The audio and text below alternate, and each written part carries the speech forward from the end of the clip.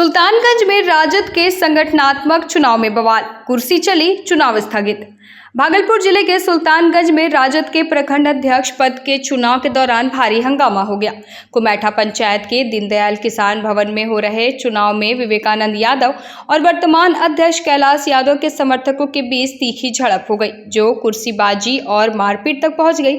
हालात बेकाबू होने पर निर्वाचन पदाधिकारी रोहित कुमार यादव और सहायक पदाधिकारी धनेश्वर मंडल ने चुनाव को स्थगित कर दिया। मौके पर अरविंद यादव, नवोद यादव, निरंजन यादव समेत कई नेता उपस्थित रहे। अब चुनाव की नई तिथि जल्द घोषित की जाएगी। प्रत्याशी हो गया, 11 प्रत्याशी में सब तरह से मतलब नहीं हो सका। आपस में प्रखंड अध्यक्ष का चुनाव था, प्रखंड अध्यक्ष का चुनाव था, नहीं हो आपस में नहीं हो सका। इसलिए इसको आपस में 11 प्रत्याशी हो गया। 11 में वोटिंग करवाना है, स्वेच्छा से वोटिंग करवाना है, सही वोटिंग करवाना है, जिससे कि सही कार्यकर्ता होगा तो सही वोटर को वो करेगा और तेजस्वी को मुख्यमंत्री बनाएंगे। आज की बैठक में कुर्सी चली है, लाठियां चली है, मारपीट हुआ, कुछ नहीं चली है। ऐसा फुटेज है, कुछ नहीं चली है। चंपा पोखर खुदाई पर भैली फ्रांतियों पर ग्रामीणों ने दिया जवाब, कहा राजनीति प्रेरित है आरोप। भागलपुर जिले के कहलगांव प्रखंड स्थित श्यामपुर पंचायत के चंपा पोखर की खुदाई को लेकर फैली भ्रांतियों पर ग्रामीणों ने सफाई दी। ग्रामीणों ने कन्हैया कुमार द्वारा पीएमओ को भेजे गए शिकायत पत्र को निराधार बताया, जिसमें मनरेगा फंड के दुरुपयोग और जेसीबी मशीन के अवैध उपयोग का आरोप लगाया गया था। ग्रामवासियों, जिनमें नीता देवी, बेबी देवी, देवेंद्र कुमार शाह, गुड्डू कुमार, दयानंद शाह और प्रदीप कुमार मंडल शामिल हैं। इन्होंने स्पष्ट किया कि यह कार्य पूरी तरह आपसी सहयोग से हो रहा है और सरकारी मदद नहीं ली गई। मुखिया ब्रजेश पासवान ने बताया कि प्रारंभ में योजना मनरेगा से शुरू हुई थी, लेकिन बाद में बंद कर दी गई। ग्रामीणों का कहना है कि पोखर की खुदाई गांव की जरूरत थी और इसमें भविष्य में खेती, पशुपालन और छठ पूजा जैसे कार्यों में बड़ी मदद मिलेगी। क्या नाम है? बेबी देवी। मिट्टी बिकता है चंपा पोखर का, बेचता है कहीं कोई? मिट्टी नहीं बिका है, जो भी बोल रहा है वो गलत ही बोल रहा है। ये मिट्टी जो खुदाई हो रहा है, इसका क्या उपयोग होगा? इसका उपयोग होगा, इसमें बहुत जितना हम लोग का 3-4 पंचायत ही मिल के यहाँ पे जितना पशु पक्षी होता है सब इसमें नहाते हैं। और उसके बाद जितना खेती देख रहे हैं, बहुत दूर से खेती होते हैं यहाँ से। उसके बाद यहाँ पे जितना लोग महिलाओं लोग हैं, हम लोग सब लोग जितिया, सिंह के एतवार हुआ, मतलब कि 2-4 गो तीज होता है, पर्व होता है, हम लोग यहीं आके करते हैं। घर में बोलता है नहीं होता है, तो हम लोग छठ तो होबे करता है सर। छठ तो देखिए यहाँ छठ मंदिर भी बना हुआ है, भोला बाबा का मंदिर है, बजरंग बली का मंदिर है। हम लोग पूजा करने कहीं नहीं जाते हैं। एनटीपीसी कैसे जाएंगे पूजा करने? एनटीपीसी मंदिर है, कैसे जाएंगे? सगर बंद हो गया है, कैसे जाएंगे एनटीपीसी पूजा करने हम लोग? तो हम लोग यहाँ पे मंदिर है, अपना पूजा पाठ करते हैं। सुबह के टाइम आके फुलवाड़ी ही लगा हुआ है, देख लीजिए सर। मुखिया मिट्टी बेचता नहीं, मुखिया मिट्टी नहीं बेचता है। सब जो भी हो रहा है गलत हो रहा है। पूरा समाज ने मिल। भागलपुर में हादसा, तेज रफ्तार कार की चपेट में आई 10 वर्षीय बच्ची, हालत नाजुक। भागलपुर कचहरी चौक पर शनिवार को एक दर्दनाक हादसे में 10 वर्षीय मासूम बच्ची गंभीर रूप से घायल हो गई।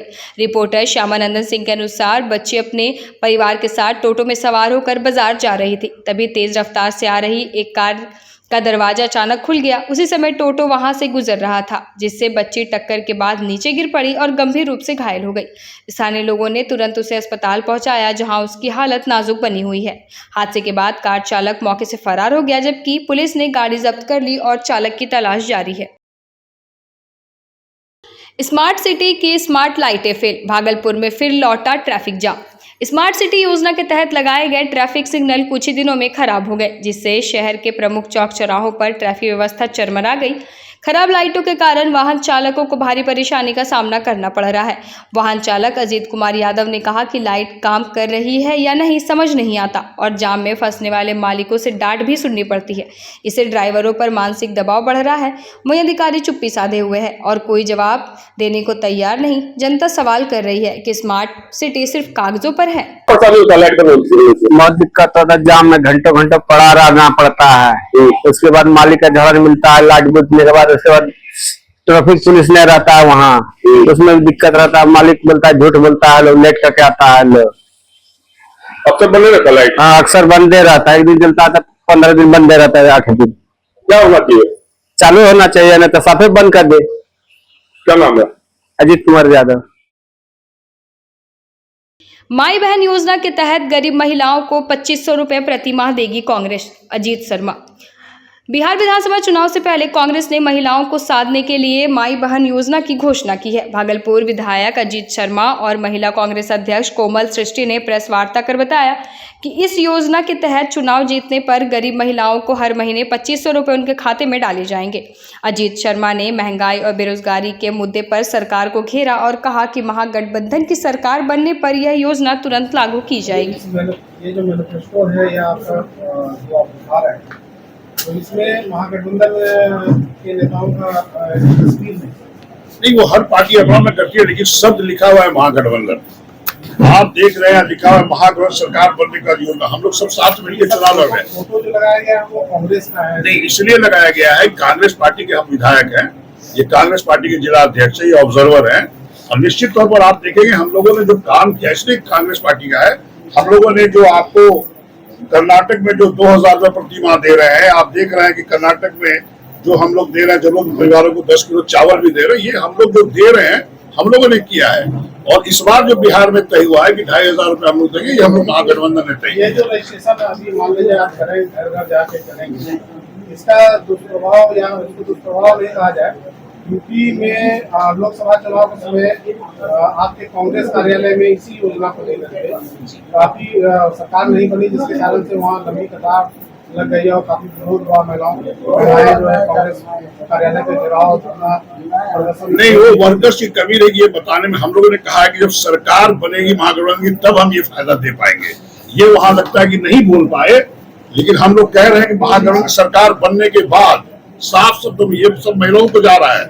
इन लोगों का काम है कि घर में महिला माँ बहनों को देने का, या आपको ये फायदा मिलेगा, सरकार बनाइए। और निश्चित तौर पर आपको बता दें, कांग्रेस पार्टी और गठबंधन में जो भी लोग रहेंगे, जो बोलते हैं वो करते हैं, और निश्चित तौर पर सरकार बनेगी, ये करके आपको दिखाएंगे। कोरोना से निपटने को भागलपुर सदर अस्पताल में ऑक्सीजन प्लांट तैयार, मॉक ड्रिल सफल। भागलपुर में कोरोना संक्रमण की आशंका को देखते हुए सदर अस्पताल पूरी तरह सतर्क हो गया है। अस्पताल में 1000 LPM क्षमता वाला ऑक्सीजन प्लांट पूरी तरह चालू कर दिया गया है और इसके संचालन में मॉक ड्रिल भी की गई है। इस ड्रिल में ऑक्सीजन आपूर्ति, उसकी गुणवत्ता और तकनीकी संचालन की बारीकी से जांच की गई। अस्पताल प्रभारी डॉक्टर राजू ने बताया कि यह तैयारी स्वास्थ्य विभाग के निर्देश पर की गई ताकि आपातकालीन स्थिति में मरीजों को समय पर ऑक्सीजन मिल सके। जैसा कि आप लोग देख रहे हैं कि कोरोना का केस रिपोर्ट हो रहा है, सरकार द्वारा एहतियातन ये निर्देश दिया गया कि अपने अपने संस्थान में स्थापित ऑक्सीजन प्लांट का मॉक ड्रिल करें। तो आज दिनांक 31 तारीख को हम लोग अपना ऑक्सीजन प्लांट चालू किए और हमारा ऑक्सीजन प्लांट जो है पूरी तरह से ठीक है और अच्छी तरह से कार्य कर रहा है। सरकार द्वारा हम लोग को 1000 LPM का दिया गया है, जिसमें कि प्योरिटी 93 से 96 होनी चाहिए और ऑक्सीजन फ्लो जो है 45 के आसपास जो भी कितना LPM का है? 1000 LPM का है। पर्याप्त मात्रा में सप्लाई हो रही है। हाँ, हमारा ऑक्सीजन प्लांट जो है अच्छी तरह से कार्य कर रहा है और पर्याप्त मात्रा में सप्लाई। अभी फिलहाल हम लोगों ने अभी 10 बेड रिजर्व कर रखा है कोरोना पेशेंट के लिए, और अगर जरूरत पड़ती है तो इसको और भी आगे बढ़ा। ट्यूशन जा रही करिश्मा की सड़क हादसे में मौत, गुस्साए ग्रामीणों ने किया सड़क जाम। भागलपुर जिले के हबीबपुर थाना क्षेत्र के दाऊद वार्ड इलाके में आज सुबह ट्यूशन जा रही छात्रा करिश्मा कुमारी की एक तेज रफ्तार टेम्पो से टक्कर में मौके पर ही मौत हो गई। करिश्मा सरदारपुर निवासी प्रभास यादव की पुत्री थी। हादसे के बाद स्थानीय लोगों में भारी आक्रोश फैल गया और ग्रामीणों ने भागलपुर अमरपुर मार्ग को टायर से जलाकर जाम कर दिया। ग्रामीणों ने पुलिस पर लापरवाही का आरोप लगाते हुए कहा कि समय पर गश्ती और मदद नहीं मिलने के कारण यह हादसा हुआ है। हबीबपुर पुलिस ने टेम्पो जब्त कर लिया, जबकि चालक फरार है। परिजनों का रो रो कर बुरा हाल है और ग्रामीण सरकार से मुआवजा और दोषियों पर सख्त कार्रवाई की मांग कर रहे हैं। चार्ज लेने के लिए गाड़ी से जाता है थाना गाड़ी, लेकिन आज एक बार नहीं गया उस तरफ, जब एक्सीडेंट हुआ है। जबकि रोज हबीबपुर 4 बजे पहुँचता बाईपास, आज एक बार भी नहीं गया, न उधर से न इधर, एक बार भी थाना वाला उधर ही है। उसको कॉल भी किया था, फिर वो नहीं आया है। क्या नाम हुआ आपका? राशिबाबू का नाम हुआ। विश्व तंबाकू निषेध दिवस पर भागलपुर में जागरूकता रैली निकाली गई। भागलपुर में विश्व तंबाकू निषेध दिवस के अवसर पर सदर अस्पताल से डॉक्टरों और स्वास्थ्य कर्मियों द्वारा प्रभात फेरी निकाली गई। इस रैली में दर्जनों डॉक्टर, स्वास्थ्य कर्मी और एएनएम शामिल हुए, जिन्होंने हाथों में तख्तियां लेकर पूरे शहर में भ्रमण किया और लोगों को तंबाकू के दुष्प्रभावों के प्रति जागरूक किया। सदर अस्पताल के प्रभारी अधीक्षक डॉक्टर राजेश ने बताया कि तंबाकू का सेवन करना मौत को गले लगाने के समान है, इसलिए इससे दूर रहकर ही एक स्वस्थ और खुशहाल जीवन संभव है। डॉक्टर राजू ने भी इस अवसर पर लोगों से तंबाकू से बचने की अपील की। कौन लोग शामिल हुए हैं? आज विशेष सत्र बुलाया गया है कि जो विश्व तंबाकू निषेध दिवस है, उस पर हम लोग ने, हमारे जज साहब लोग ने और स्टाफ के लोगों ने सबने मिलकर शपथ खाई है कि हम लोग तंबाकू का सेवन नहीं करेंगे और जो लोग करते हैं उनको भी हम लोग प्रेरित करेंगे कि वो लोग ना करें। ऐसा सबने मिलकर शपथ खाई है, जो कि हर साल 31 मई को हम लोग एक वक्त शपथ लेते हैं। Thank you sir.